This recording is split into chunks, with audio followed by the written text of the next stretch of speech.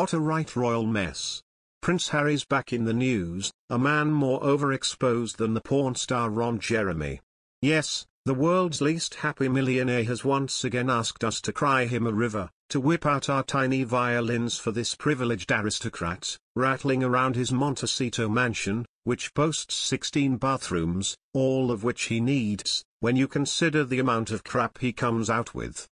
Having stayed away from the memorial service dedicated to his great-grandfather Philip in a confected row over security, it's apparently safe enough for him to gallivant around Holland, posing for photo opportunities at the Invictus Games. So he's unsafe in London, where he would have his private security, and would be in a ring of steel any time he was with his own family, but he's perfectly safe in Holland. That's what I call Dutch courage. I can't decide who's worse, the navel-gazing, ginger Windsor Harry or his wife, the woman who broke up the royal band, Yoko Ono herself, Meghan Markle. I just don't buy a word this two ever say. I would trust notorious crooked banker Bernard Madoff with my life savings, before listening to these two. They've made off with millions too, by the way. Sorry, I take everything these two say with a whole mountain of pink Himalayan. Take that dreadful non-interview with Oprah Winfrey in the Garden of Eden. That interview smelt of something, and it wasn't fertilizer. I should be talking about the weather instead. Still nice, isn't it, but a bit chilly. But I can't, because we have a prince, once a carefree, fun-loving national treasure, who continues to attack his own family and therefore the institutions and traditions of this country. Which is perfect torture for William, Charles and most tragically incredible, 96-year-old monarch.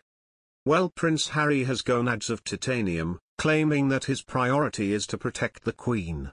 And by protection, he means moving thousands of miles away, starring in podcasts and TV shows, slagging his family off and undermining the institutions that have given him this platform and these riches, whilst Brits at home work out how to heat their homes and feed and clothe their families. Far from having the Queen's best interests at heart, he's the greatest thorn in her side. And his attacks on the family, and our monarchy is by definition, an attack on the British people too. If he and Meghan hate the whole setup so much, then why don't they sever ties with the family and relinquish the titles of Duke and Duchess of Sussex? It's the worst hypocrisy to attack an institution, whilst continuing to make millions from the honour, prestige and traditions it represents.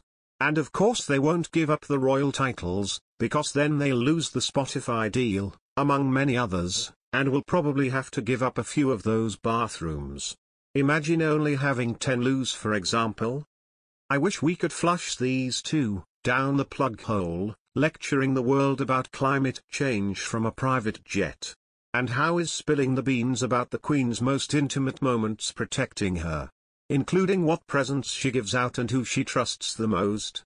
All examples of Harry's oversharing. And it is my view that this book will be the greatest work of fiction, since War and Peace. War and Peace more like. Harry cuts a joyless figure at the moment. He looks haunted, like a rabbit in the headlights, a kidnapped victim of woke California, silently mouthing words "I'm a royal, get me out of here" to world's cameras. I personally wish him and this young couple well. He is a charming guy. And what he went through as a child, with the appalling loss of his mother and his service to this country in the armed forces, will never be forgotten. But neither will his unending, self-indulgent strop about his own family, one which hurts the Queen and in its own way, hurts the country too. If you don't like the royal setup, Harry, then leave it properly, give up its perks, and give us all a break.